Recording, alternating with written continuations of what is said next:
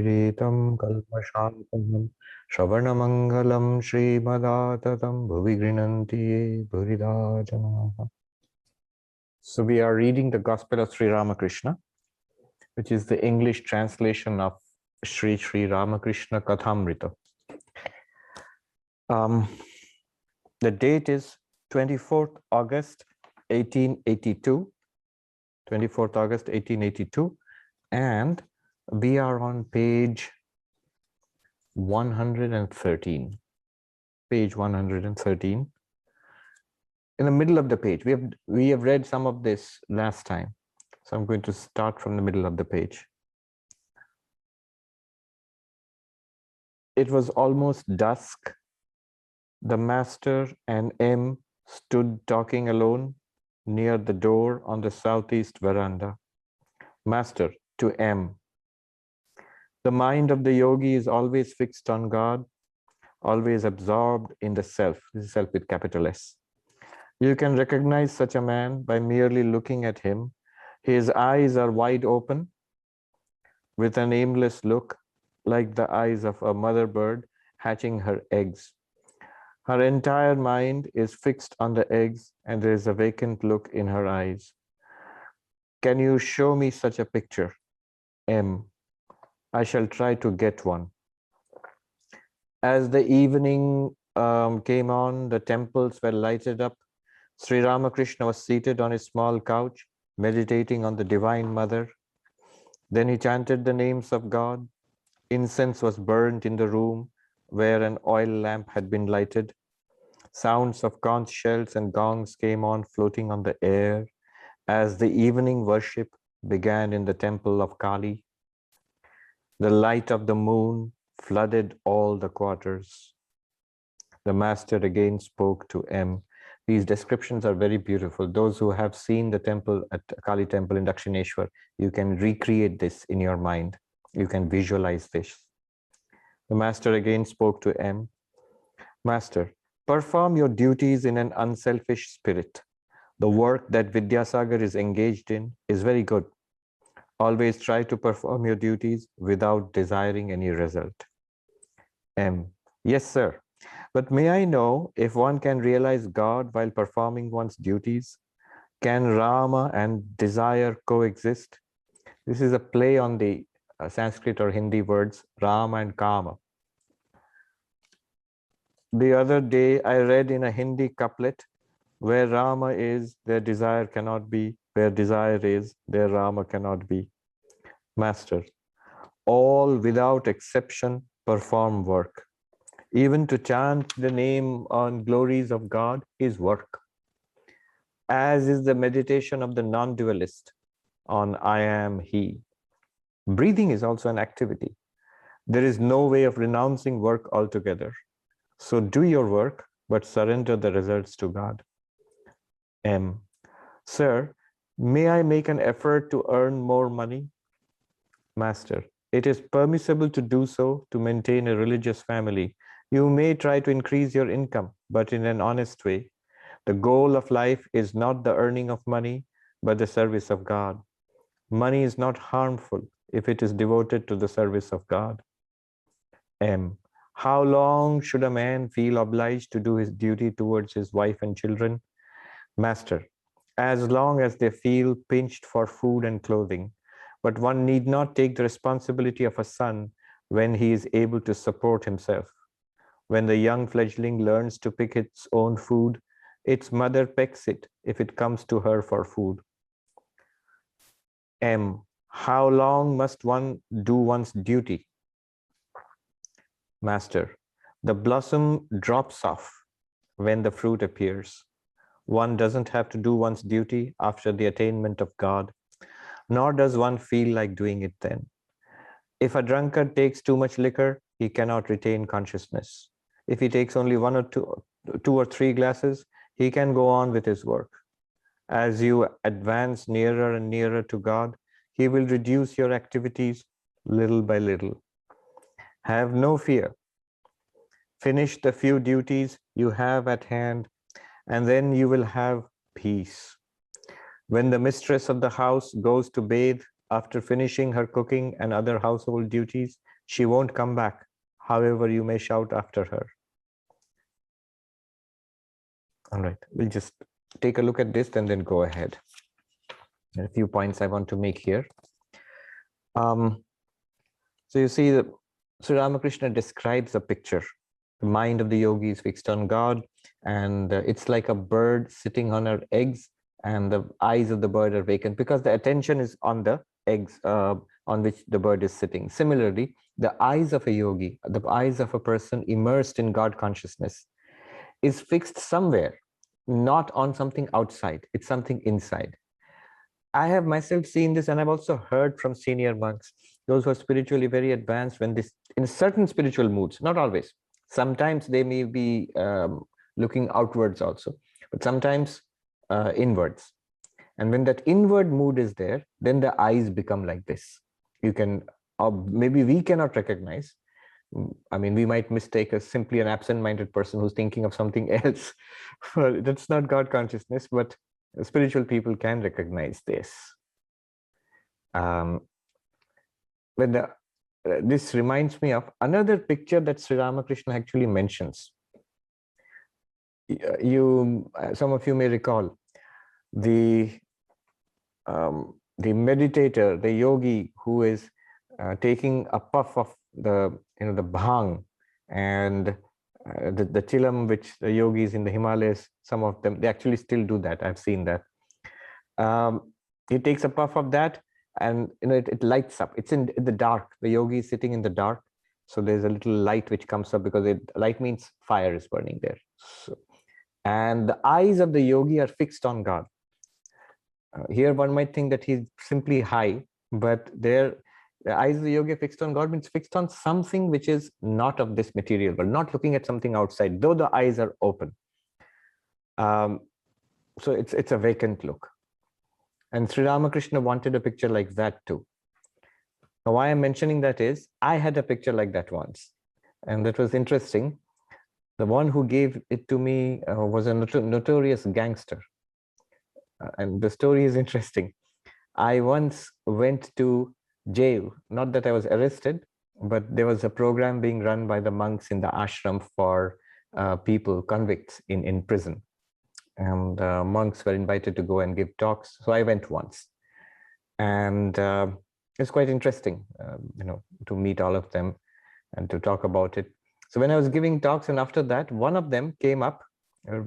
This gentleman was very powerfully built, huge, with a mustache, big, like curled up at the edges, and tall and hefty. And he loved drawing.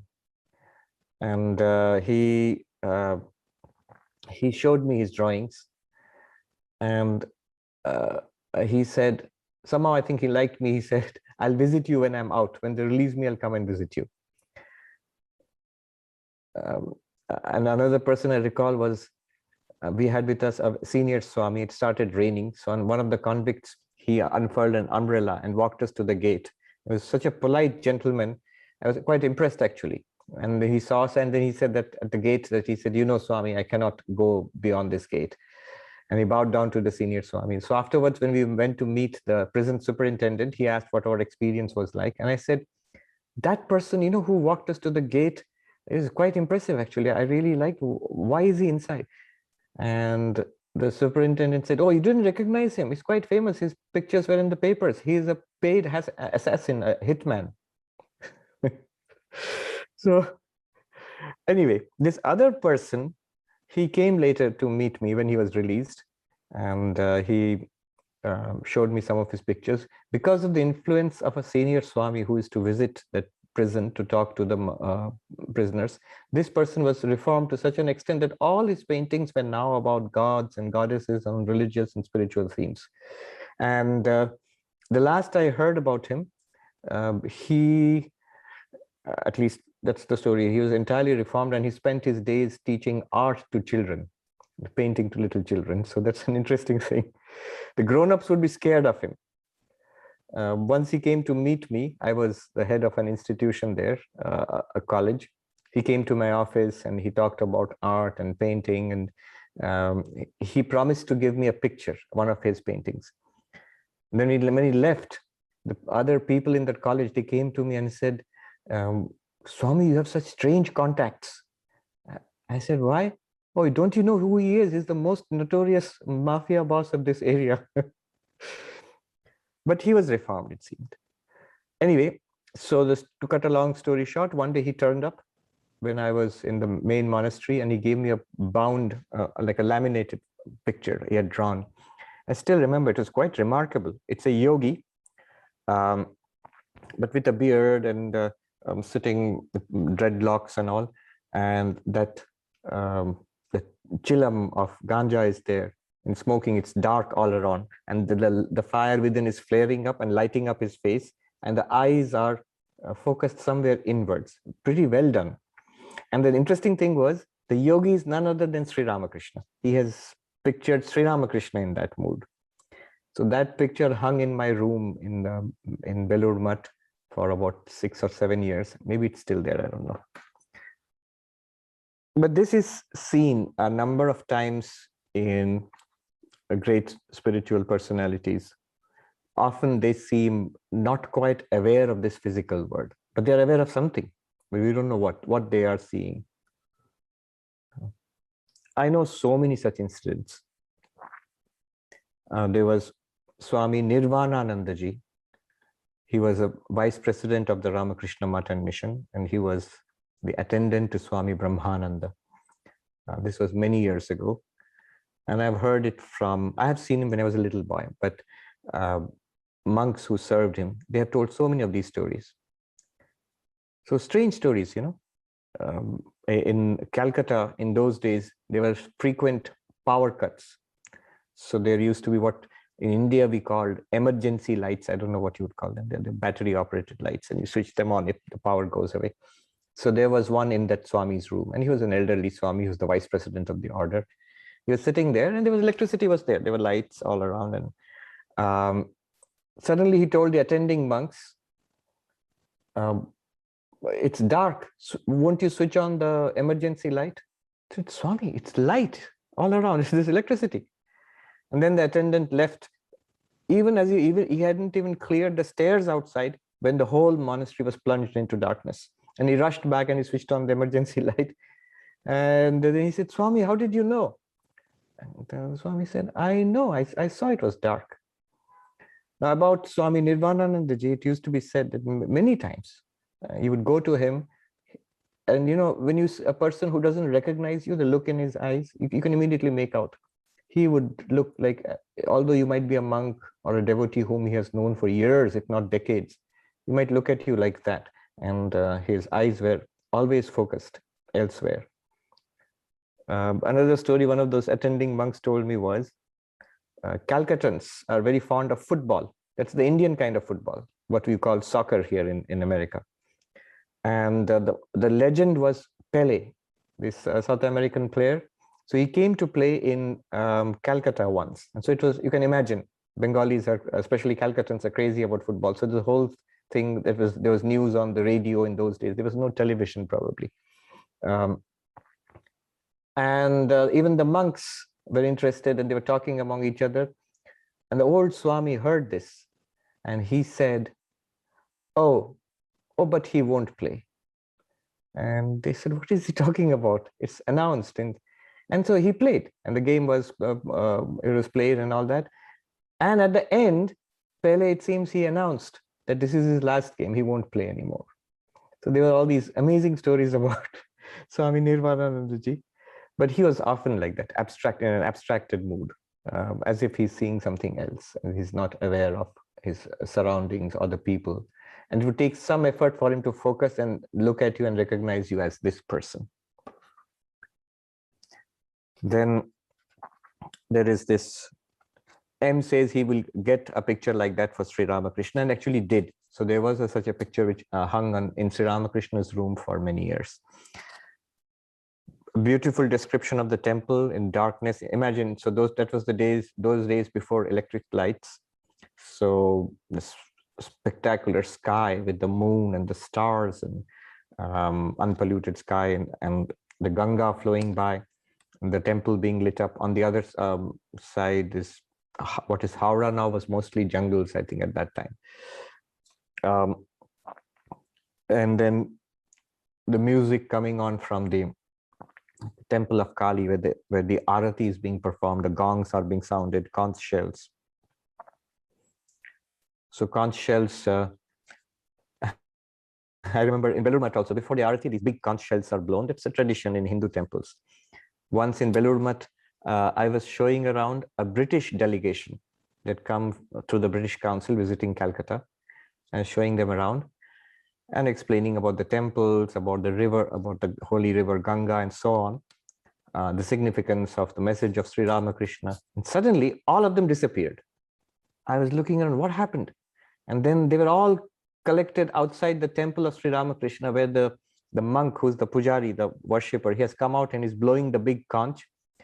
And one of them was excitedly explaining to the others. So they have to see, here is the custom of blowing air through the skull of a dead animal.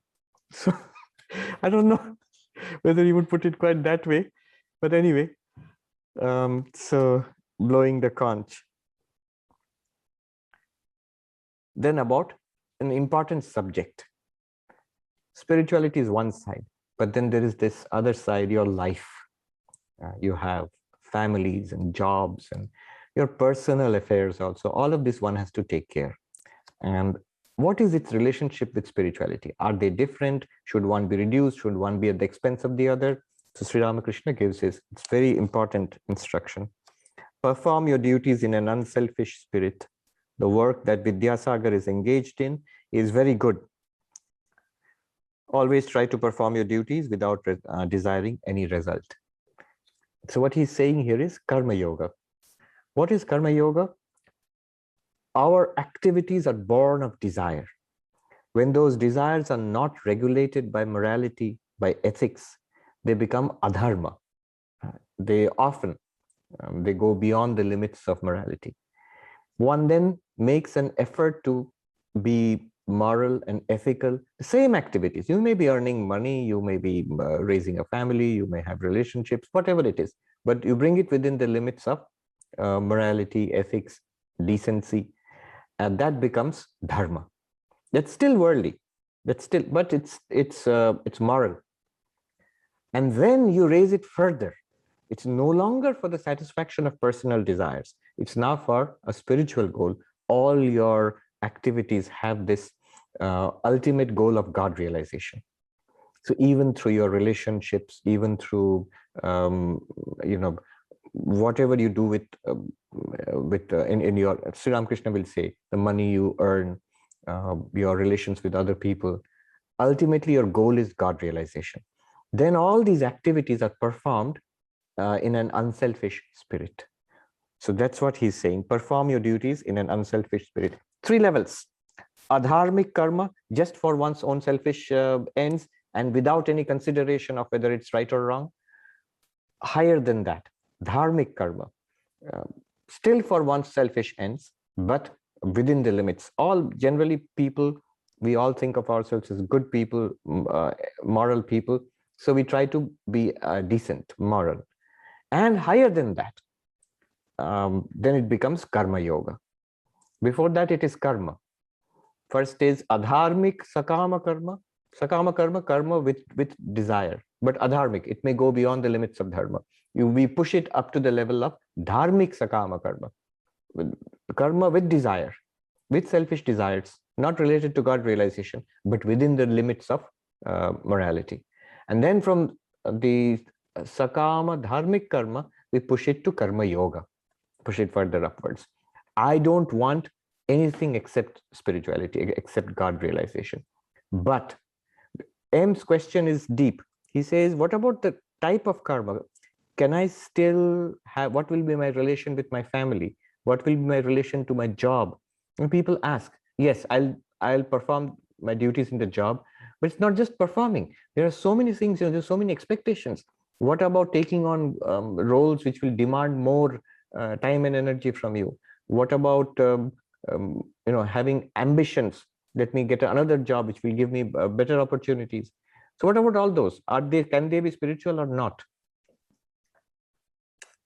M says, yes, sir. But can one realize God by performing one's duties? He knows what he means by duties here is our worldly desire prompted duties, yes, within the limits of morality, as a good person. Sri Ramakrishna gives an indirect answer. He says you cannot avoid it. Everybody has to perform work, even spiritual seekers. The spiritual practice they do is also work, is also an activity of a kind. He says the devotee repeats the names of God, japa, glories of God, that's work. And the non-dualist, he does shravana, manana, nididhyasana. You study Vedanta, you contemplate it, and then you meditate upon it. Soham, I am he. That's work, he says. And yes, it is, because it's mental work. You are holding on your mind deliberately on one thought, on one understanding. It's still work. Breathing, he says, breathing is also an activity. There is no way of renouncing work altogether. So do your work, but surrender the result to God. And Krishna points this out to Arjuna, that he teaches him karma yoga. Arjuna is that, well, karma yoga, it could be optional, you know. I just want to do jnana yoga. I just want to do meditate. And I don't want to fight this battle of Kurukshetra. And then Krishna tells him, you cannot give up activity. Even for a moment, the sentient being, the jiva in this world, cannot give up activity. Najatu tishthatya karmakrit kshanamapi. Kshanamapi means even for one moment. You cannot remain without activity. At other times, I think I've told you the funny story of the monk who was very dynamic. It's a true story. In an ashram, very dynamic. And the senior monk in the ashram told him, look, you need to take a break. You need to go into retreat and meditate once in a while. So I suggest one weekend every month, you go away from the ashram, from the school in the ashram and all the activities, go to the village side, beg for your food that day, stay overnight in some temple or some place and meditate and just spend time in contemplation in solitude. So he went. And then after some time, there are people in the ashram, he found that he was going more often, almost every week, a weekend, or every other weekend. So somebody asked him, what's going on? And he sheepishly admitted he had started another school in the village. So the idea was to take a break from the work, but he found that the kids in the village needed a school, so he has a second school there now. You cannot stay for even one moment without work. But one must make the effort. For those who are lazy, one is asked to work. For those who are very active, rajasic, it is good to withdraw once in a while. I knew this one monk. He has passed away, so I can tell this. He was the most, he was quite round. Physically, he was round. And he was this bundle of energy. So like a huge ball rolling along, you know, all day long. So he would tell the head monk that, Swami, I'm available for the work of the ashram from 4 a.m. till 11 a.m. From 4 a.m. till 11 a.m., any work that you want. And he would just roll around the ashram like that. Incredible amount of work. But I noticed the moment he would sit for meditation, he would fall asleep. So that is not a good combination. One must be able to withdraw and sit in absolute silence and inward calmness, and one must be able to engage in dynamic activity. That was the ideal of Swami Vivekananda. M. Sir, may I make an effort to earn more money? Master, it is permissible to do so in order to maintain a religious family. You may try to increase your income, but in an honest way. The goal of life is not the earning of money, but the service of God. Money is not harmful if it is devoted to the service of God. An important insight, dictum. So all that we earn and accumulate, it will not tie us if it is spent for high and noble purposes. Could be religious purposes, could be social action, could be for the helping others, keeping the minimum necessary for yourself and letting it go. If I hold on to it, you know, anything that I hold on to, if I hold on to this notebook, I think I'm holding on to it, but I'm also stuck. Notice I'm stuck with this notebook. I'm holding on to money, but money is also holding on to me. I'm stuck with that. And one day it'll be gone. I've seen this such tragic instances, brothers and fathers and sons quarreling over property and money, and they are all dead and gone, and the money and the property are being enjoyed by somebody else. They never got to enjoy it because of, in India, you have these endless court cases litigating, and they spend their time in tension, in annoyance, in anger, in bitterness, in quarreling over a few buildings, a few. I remember a long time ago, one of my little cousins and his grandmother was telling him, the old ancestral houses, this is all for you, my child. You'll grow up and take care of all of this. And that little cousin at that time, she was so alert, she immediately said, what do you think I am? A museum keeper? I'm not going to look after your old houses. And she didn't. At the first instance of all those ancestors who had accumulated money and built up those old houses, first instance, this girl, when she grew up, she sold off everything. And so what was the point of it all? A minimum amount which is necessary for a reasonably comfortable life, which will give you enough space for your self-development, spiritual development, that's it. More than that, it's a trap. M. How long should a man feel obliged to do his duty towards his wife and children? Remember, it was at that time, it was the men who did all the work, but so now it would be, how long do husbands and wives have duties towards each other and the children? So that's what it means now. And Master says, Sri Ramakrishna says, as long as the other partner needs your support and help. Then for the children, especially for the children, what he says is very American. It's very unlike, it is not something that Indian parents want to hear, but it's something that's actually really good. And you see that in America. One need not take the responsibility of a son or daughter now, son or daughter, when he or she is able to support himself or herself. Then he gives the example of the little bird. When it learns to pick its own food, its mother pecks it if it comes to her for food. So Sri Ramakrishna is all for that. There is the other side of the healthy development of children, but what he means is quickly free yourself for the essential task of spiritual enlightenment, of God realization. Time and energy. There's an opportunity cost for everything. So Indian parents, many of you are Indian parents, especially, I mean, all parents everywhere, but especially Indian parents, they tend to hang on to children. And then the feeling is, oh, but they need me. They don't. Believe me, they don't. You may think, what do you know, Swami? I know, because they tell me. They don't. They're perfectly all right. They can take care of themselves. Be there if there is anything to be done, any support they require, but distance, at a distance. And for what? If you don't involve yourself with your children's lives, then what will you do? You will have time and energy for spiritual practices, for study and meditation and japa, devotional practices, and to give back to society.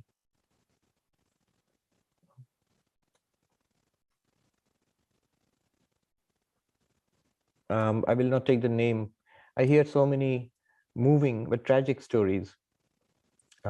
This elderly couple came to me and was saying that that we were introduced to these Vedanta classes by someone much younger than us, our nephew, who found these YouTube talks and introduced it to us.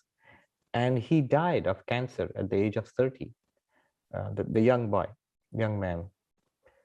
And the last thing he said to his uncle and aunt, the elderly couple, that he said that, yes, there is pain, but pain comes and goes.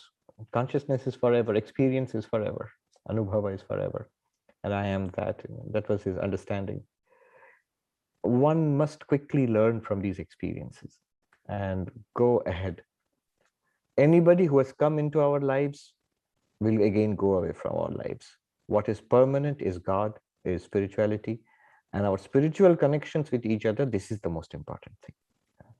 We can help each other at the most to go ahead spiritually in life. And that's the point of all these connections, all these classes, these relationships, and so on.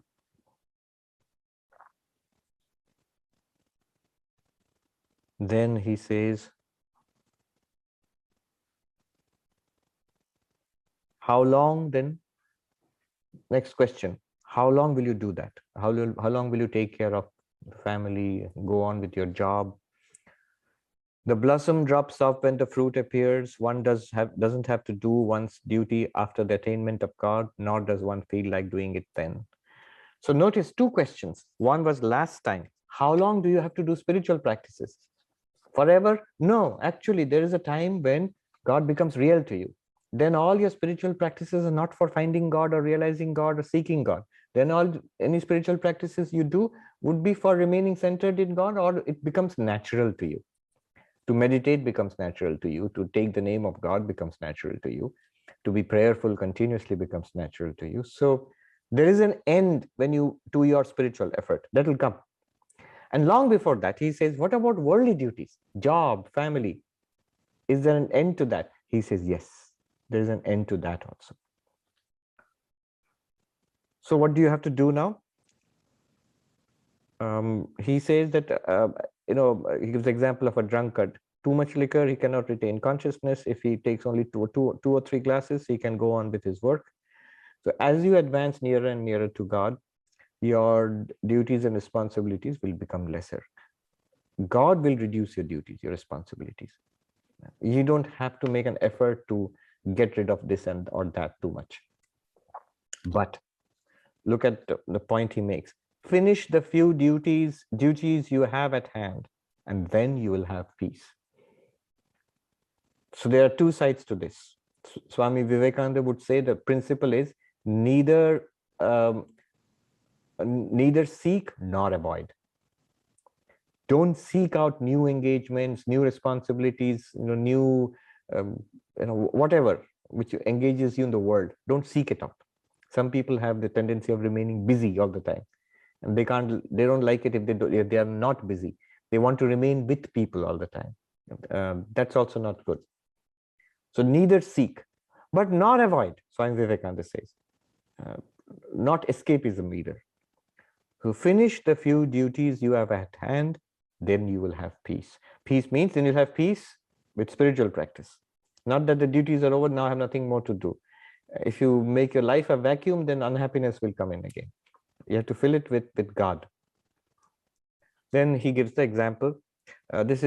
Imagine the joint families of India, where the lady of the house, she does a lot of work, supervises the cooks and the maids and the servants, and she also does a lot of work, and it goes on and on from morning till afternoon. But then more or less it's done, everything is ready, and she goes to take a bath. And at that time, if you start yelling, this is not done, that's not been done, she will not come back. So that's the example he is giving for all of us. When the mistress of the house goes to bathe after finishing her cooking and other household duties, she won't come back, however you may shout after her. M. All right, let me just stop a little bit because the topic is being changed now. I'm going to go very deep now. Let me see what comments there are. Sangeeta says, we learned that Swami Vivekananda fought the various litigation suits for 14 years.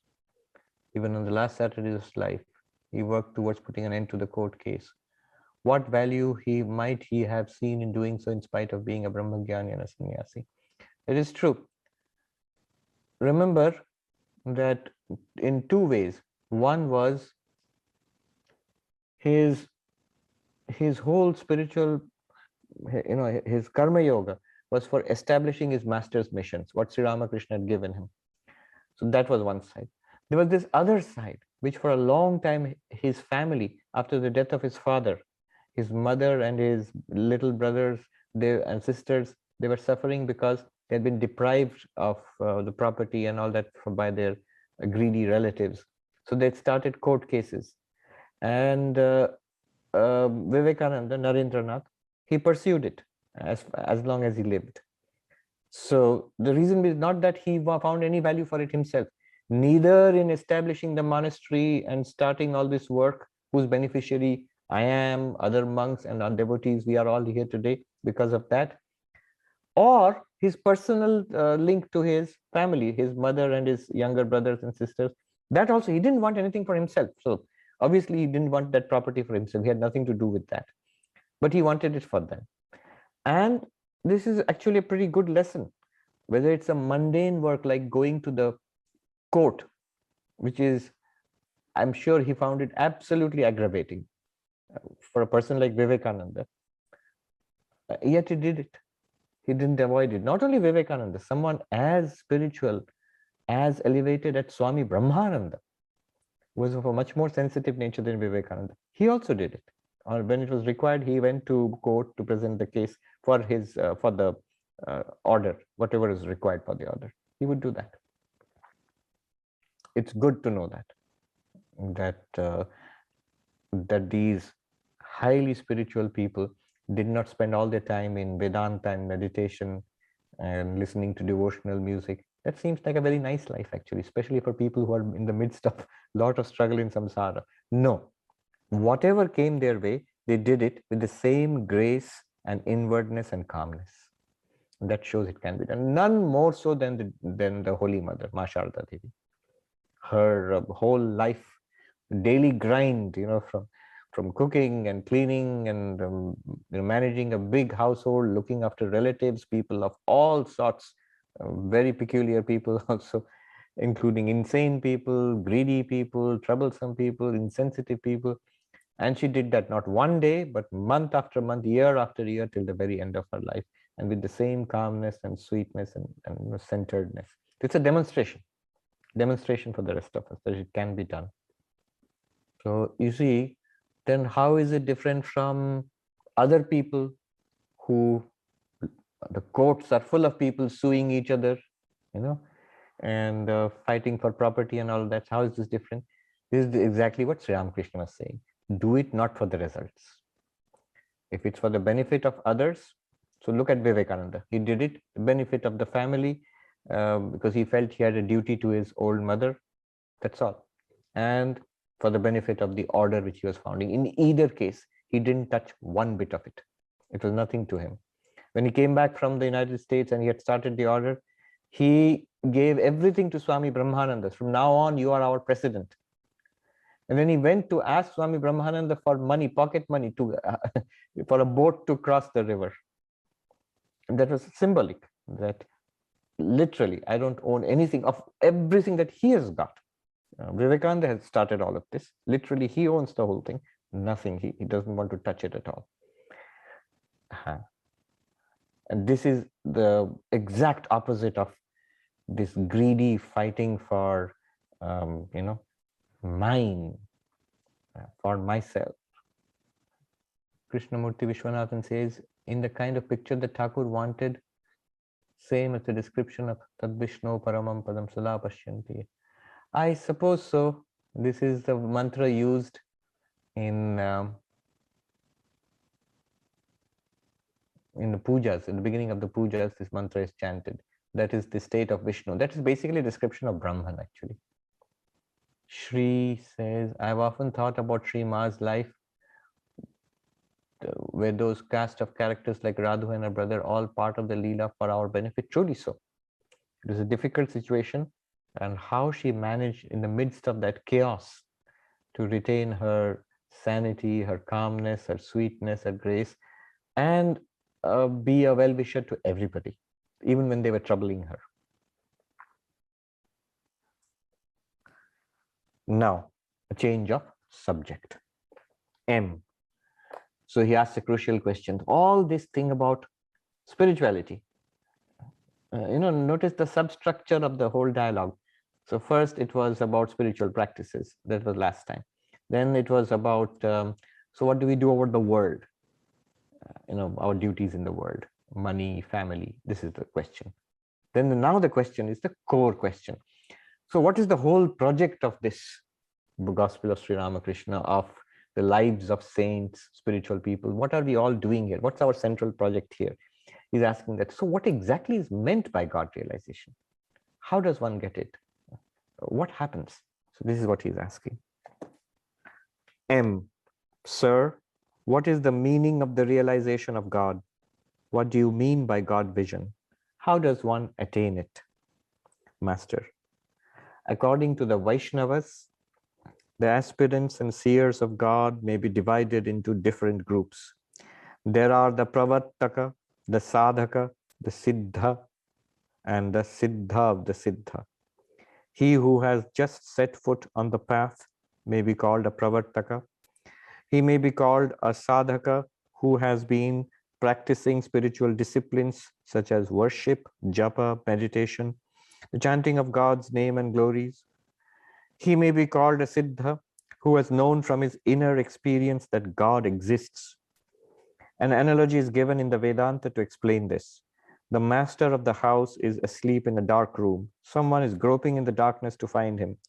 He touches the couch and says, no, it is not he. He touches the window and says, no, it is not he. He touches the door and says, no, it is not he. This is known in the Vedanta as the process of neti neti. Not this, not this. At last, his hand touches the master's body and he exclaims, here he is. In other words, he is now conscious of the existence of the master. He has found him, but he doesn't yet know him intimately. Now, so he talks about a structure in spiritual life given by the Vaishnavas. In answer to the question, what is God realization? So different stages and what's happening at the different stages and what happens finally and ultimately also. So at the beginning of spiritual life, one has entered into the path, one may be initiated, one may be exploring. Then one spends some time in practice. So there's a difference between Pravartaka and Sadhaka. Pravartaka, beginner.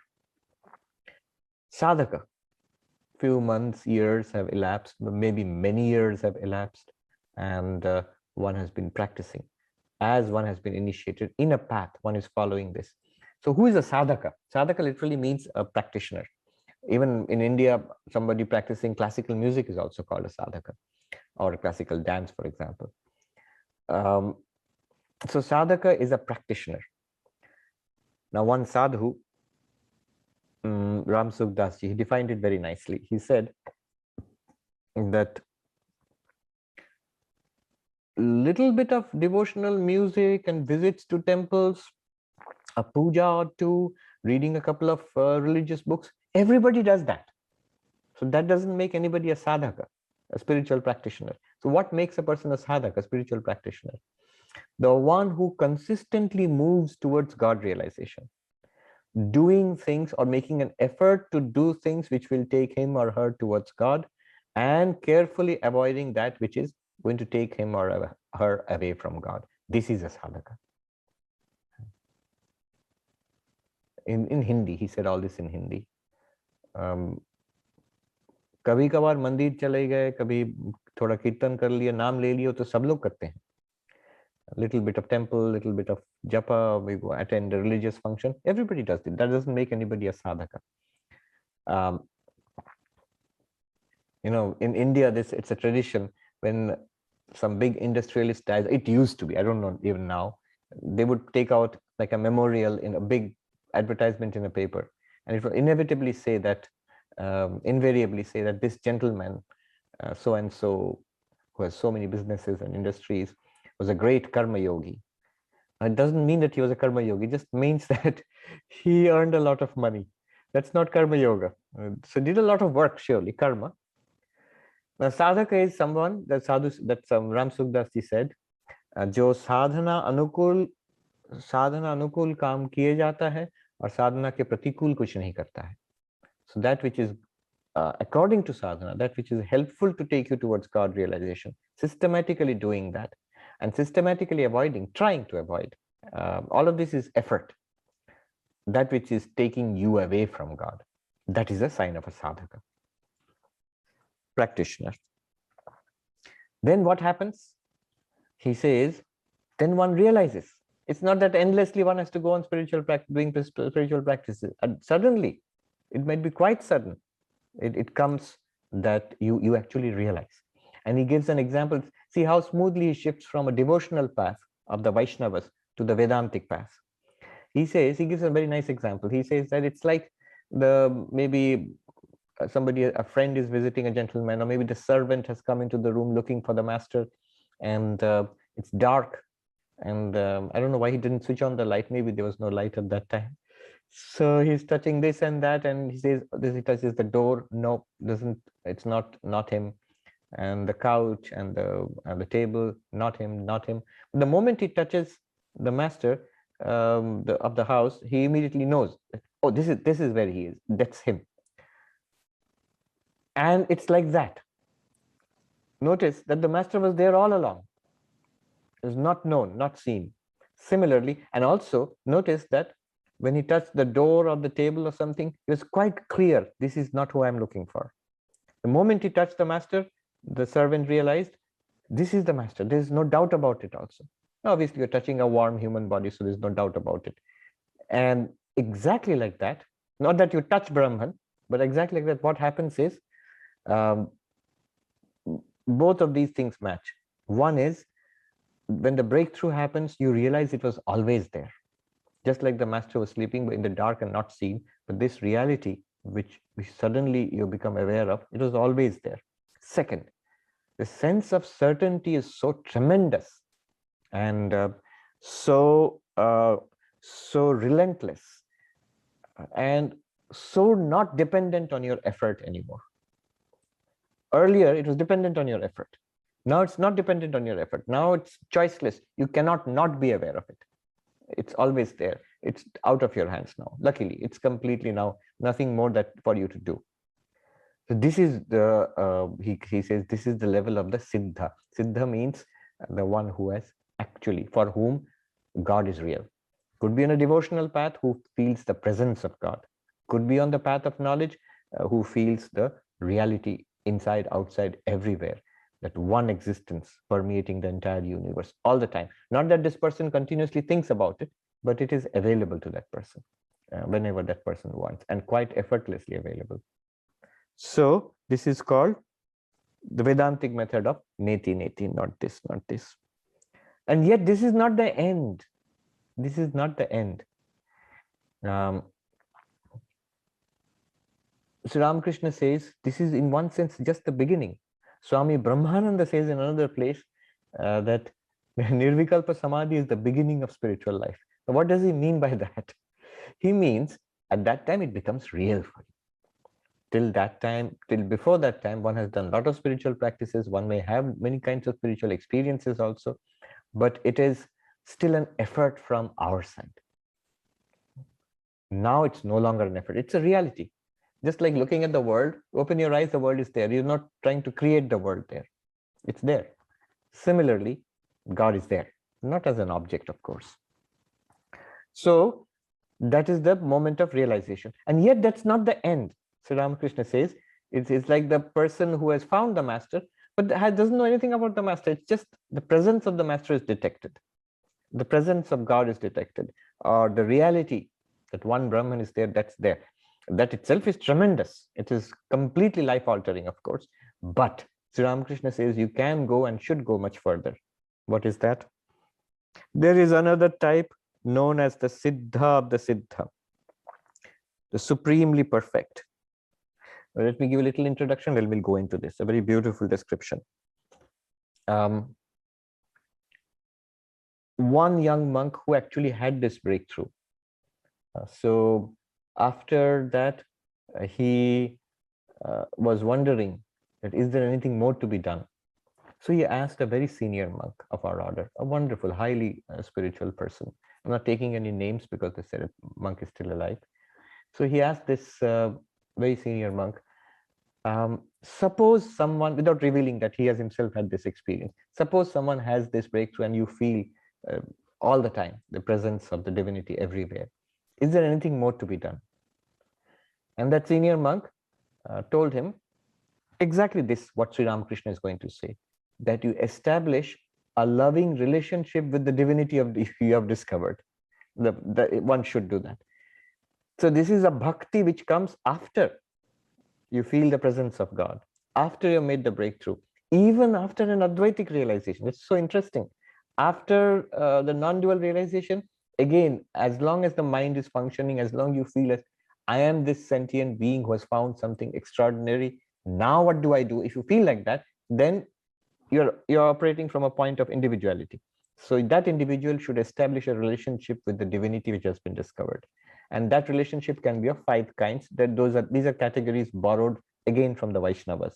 The Shanta, this peaceful attitude, the Dasya, the attitude of a servant to the master, the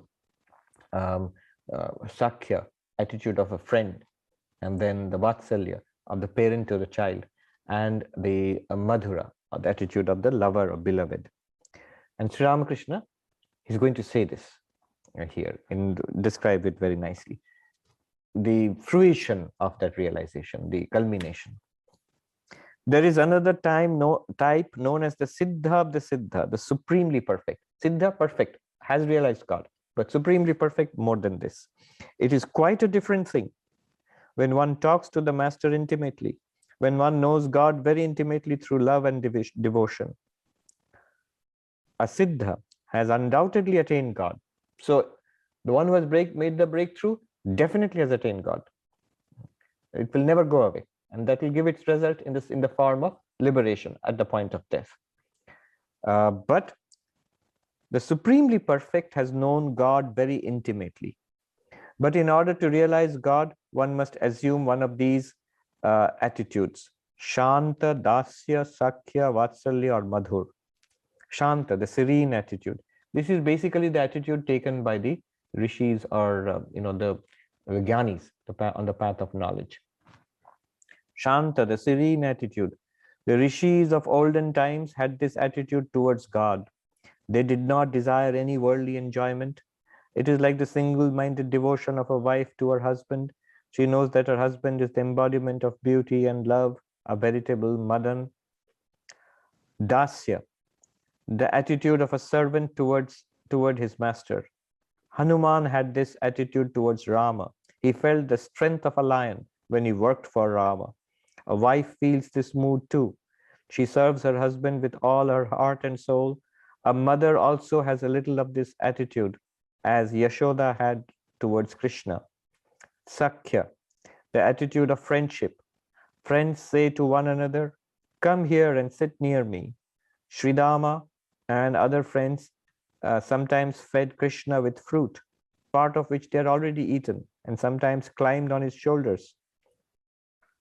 Vatsalya, the attitude of a mother towards her child. This was Yashoda's attitude towards Krishna. The wife too has a little of this. She feeds her husband with her very lifeblood, as it were. The mother feels happy only when the child has eaten to his heart's content. Yashoda would roam about with butter in her hand in order to feed Krishna. Madhur, the attitude of a woman towards her paramour. Radha had this attitude towards Krishna. The wife also feels it for her husband. This attitude includes all the other 4. So this is a comprehensive description. This is, of course, entirely from the Vaishnava path of devotion. M.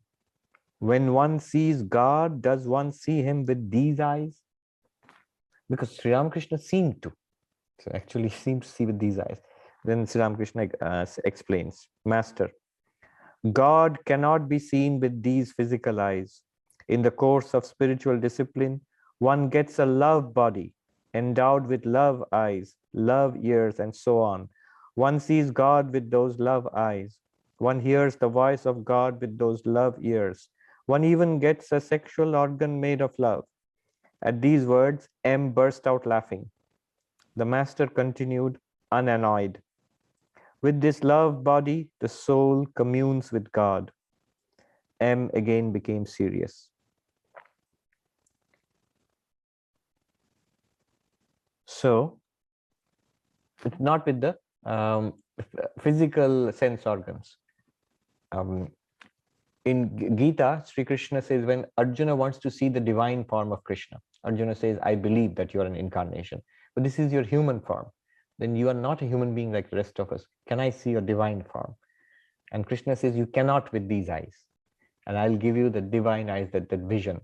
Divya Chakshu, he calls it, the divine eyes. It's like that.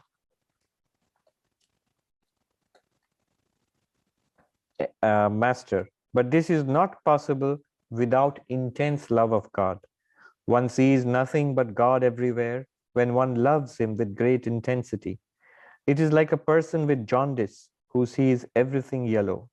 Then one feels, I am verily he. I've never quite understood this because I had jaundice at one time. I didn't see anything as yellow, but I became very yellow. Everybody saw me as yellow. But I hear that when it becomes even more, the pigments come into the lenses probably, then maybe you see everything as yellow.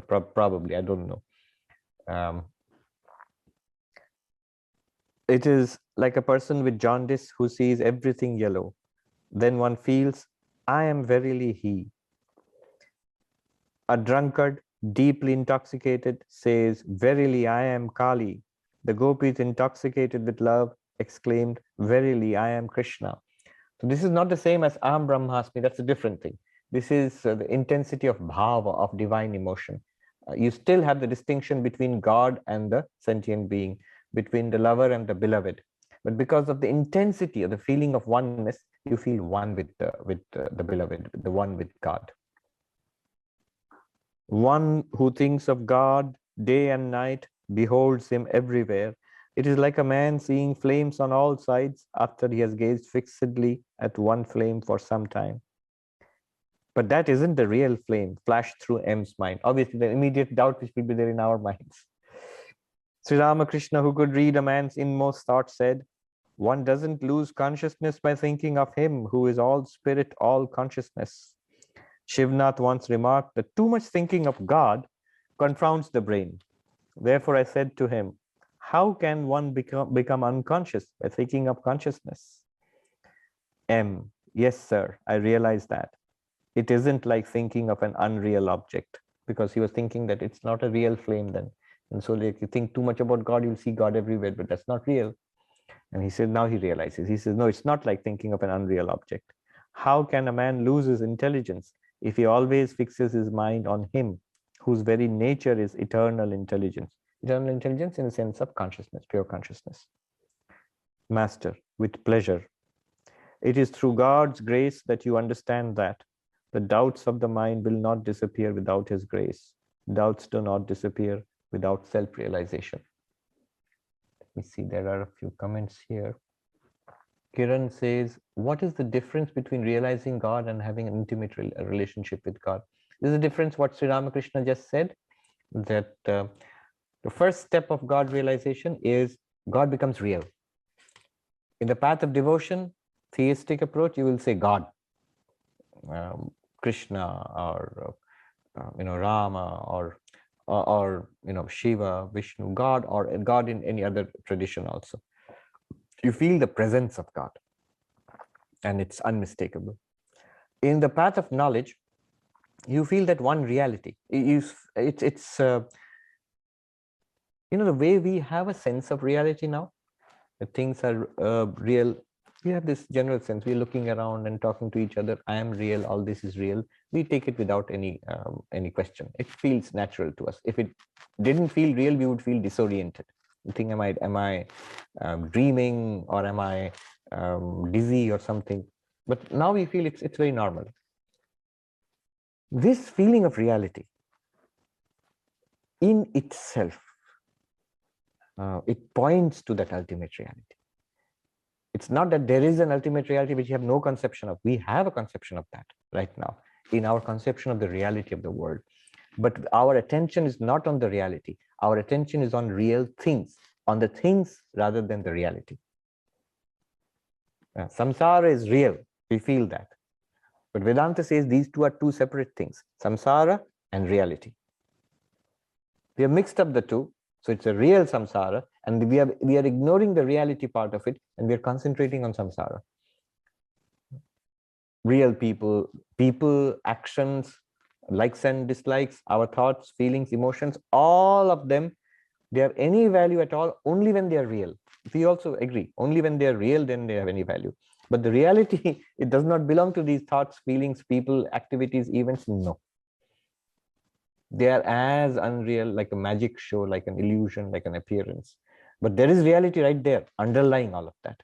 That reality in itself is one, not a million or a billion existing things, not a billion existing people. It's one reality. Once it becomes clear, it sounds very abstract here, but it's actually very natural. And once that becomes clear, it's as natural as you can look at the ocean and see 10,000 waves there, or you can see one mass of water. Like that, it becomes clear and becomes as effortless as that. You can see 10,000 waves, or you can see it one mass of water. The moment you're asked to see the water in the ocean, you'll say, yes, I don't have to make any special effort for it. See the waves, yes, I don't have to make any special effort for it. See people, events, body, mind, happy, unhappy, desires, struggles, frustrations, sorrows, yes, that is samsara. See the one existence, awareness, completion, the Purnam everywhere. Yes, that is what is appearing as all of this. That is the sign of God realization. That's God realization. But higher than that, Sri Ramakrishna says, and Sri Ramakrishna again and again is very consistent on this point. He talks about jnana, knowledge, but vijnana, special or the higher knowledge. He talks about attaining jnana and then bhakti, knowledge and then devotion. So what is this devotion which comes after knowledge? Here he talks about the more intimate relation with God. Realization, the God exists. Like that servant who touched the master and felt, oh, here is the master, but has no relationship with the master, does not know anything about the master, is not in close, intimate oneness with the master. Whereas the devotee, who after realizing God, or the person who is more intimately, who has realized God, is has a very living relationship with that divinity. So is it not enough to realize God? Does one have to go to that level? No, not necessarily. But Sri Ramakrishna says you should. He says you can, many have, and those are the most spectacular cases of enlightenment. The saints and sages who have helped humanity, they are the ones who are siddha of siddha, the supremely perfect ones. Let me see the questions.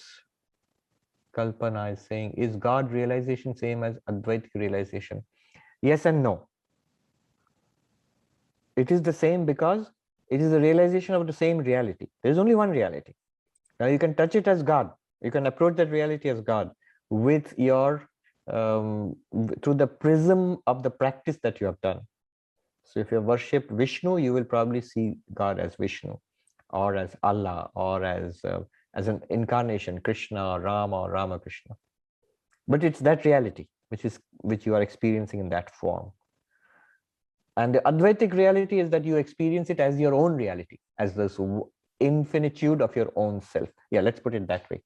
I myself, the same self which I feel right now, but not limited as one being, as against all other beings. It is one infinity in which everything appears, I and all other beings. So that is Advaitic realization. So this is the difference between the two. And the paths are different. How are they same? As I said first, you are both approaching the same reality, or touching or experiencing the same reality, but the experiences are different. The modes of approaching, the practices, the philosophies associated with each path, they're different. They feel different also. The practice will also be different. And the paradigm in our mind will also be different. One is God is there and I worship, adore, believe in God. The other one is, this is my infinite reality. It's like the 5 men who approached the elephant, the blind men or blindfolded men, and they touched the elephant, and they got different conceptions of what the elephant is like.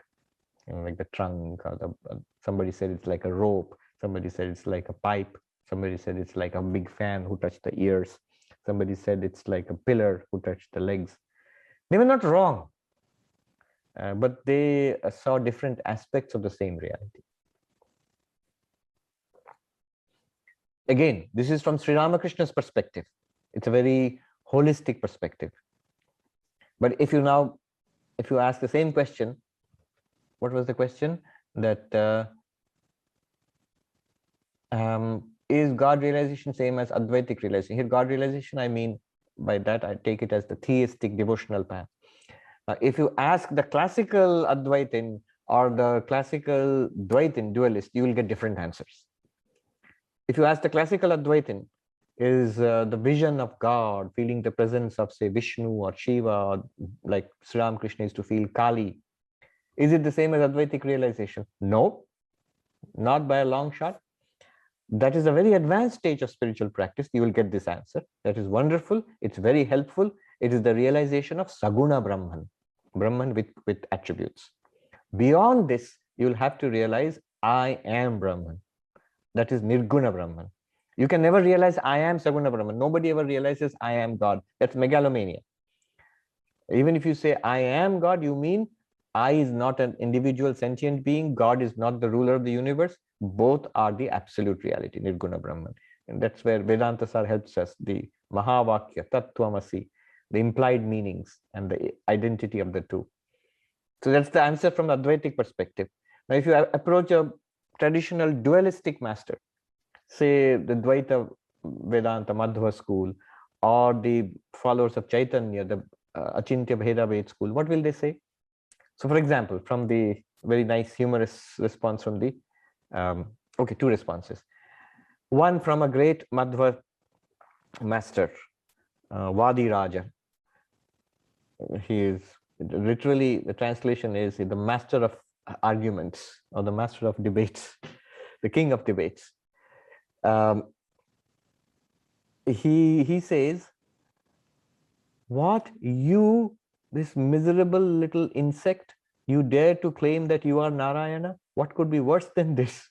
You're like one termite in a heap of termites, you know, and the Lord is the Lord of all the universes, and you claim I am He. This is sacrilege. This is madness. So that he would dismiss it completely. This is the realization of the presence of the divinity of God. That's it. There's nothing further than that, that I am Brahman. No, you are not. I'm sorry to break the news to you. You are a devotee of God. You are a servant of God. That's it. So that's the dualistic position. And most dualistic religions stop there. Another variation on this dualistic position is from the Gaudiya Vaishnavas, the followers of Chaitanya Mahaprabhu.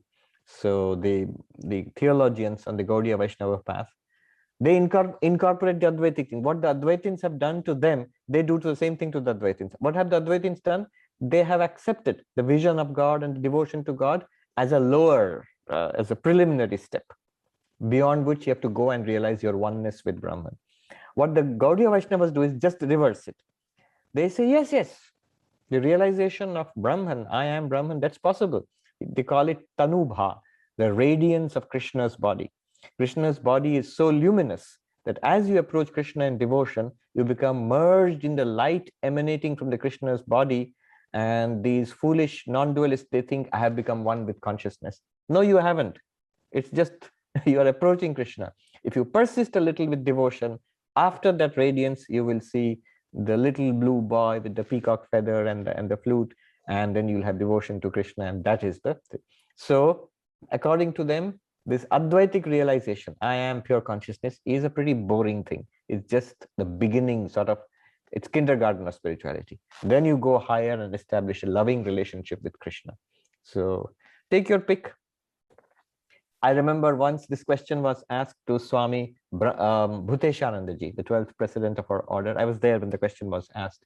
So somebody asked, Swami Vivekananda, if you see, he makes a ladder of spiritual realization. Clearly, Swami Vivekananda said many times, the ladder model: dualism, qualified monism, non-dualism. Dvaita, Vishishtadvaita, and Advaita. Many lectures Swami Vivekananda has presented it in this way. So it doesn't that make non-dualism the highest and dualism earlier, or preliminary? So first dualism, then you advance further into qualified monism. Dualism means God is different, I am different. Qualified monism is Vishishtadvaita, I am a part of God. I'm not really different from God, I'm a spark of God, and so on. And then non-dualism. I am not I, God is not a God, but there is only one indivisible reality, which is my real nature. So it's a ladder. This question was asked to Swami Bhuteshanandaji, and his only reply, he had this remarkable way with few words and great humor. He would never smile or laugh himself. So Swami, isn't it a ladder with dualism at the bottom and non-dualism at the top? And his answer is a typical drawl. He said, a ladder can be reversed. You can turn it upside down, which is what the Gaudiya Vaishnavas have done. Your highest non-dualism now becomes the lowest, the first step. And then you go up to the dualistic experience. Yes. Then Alpana says, can one on Advaitic path start getting visions of God? Yes. This is an important thing to see. We have seen this in the direct disciples of Sri Ramakrishna and other advanced spiritual seekers. All these neat divisions we are making, path of devotion, path of knowledge, actually, when you get down to it, it's not quite like that. I have known of people who, repeating the mantra given by the Guru, have got an Advaitic realization. Not a vision of the Ishtadevata, they got an Advaitic realization. And there are any number of examples of great non-dualists being very great devotees also, full of devotion for God. In some sense, Ramana Maharshi also had it. Todapuri eventually got it. Even in our modern day, Nisargadatta Maharaj, who has written I Am That, the book is published based on his Marathi teachings. But every day he would perform Arati and sing Kirtans. I have myself heard from about the Chinmay mission is there, Chinmayanandaji, the Chinmay mission. So Chinmayanandaji's Guru, Tapovan Maharaj, I have heard it from his Sevak, Sundaranandaji, that one day, so Tapovan Maharaj was a very austere, very committed non-dualist, very strict non-dualist. And he was in Tapovan, which is above Gangotri, which is the namesake. There he had gone, actually he had gone to the Gomukh glacier, the source of Ganga, and he was worshipping. And this attended, Swami Sundarananda, he himself told me, he was standing behind with the materials of worship, flowers and incense. He would light the incense and give the flowers. And the Swami, Tapovan Swami, was chanting mantras and offering it to the glacier there.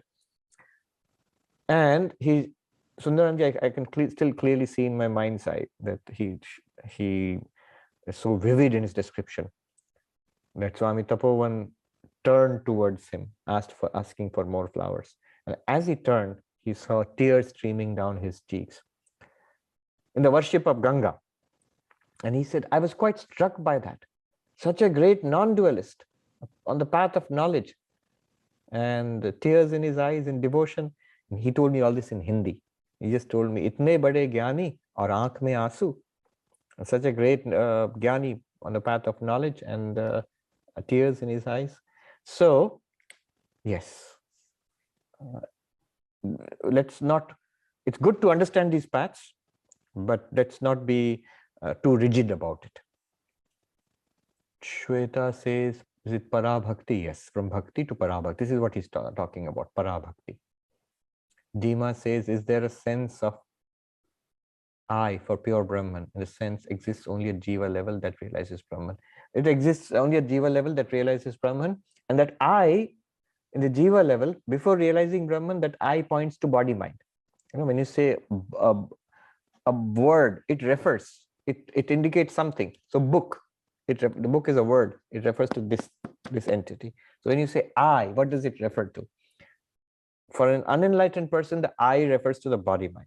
But when it is investigated through Vedantic investigation, the I points towards Brahman. The I cannot refer to Brahman, but it points towards Brahman, the enlightened I. But that's still in the mind of the enlightened one. Abhijit says, what is the Sanskrit for choiceless awareness? Chit Chaitanya, Nirapeksha Chaitanya. Again and again, Ashtavakra says Nirapeksha, without depending on anything.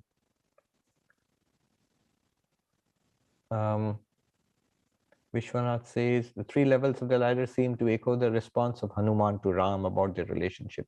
depending on what we identify with. Correct. Hanuman said to Ram that as a body, I think of myself as Hanuman, as your servant, and you are my Lord. As I think of myself as a sentient being who has been in many bodies, that one is a part of you. You are the whole, I am your part. I'm like a divine spark. And then when I think of myself as consciousness, as the Atman, you and I are one. Which is correct? He says, this is my conclusion. This, all three.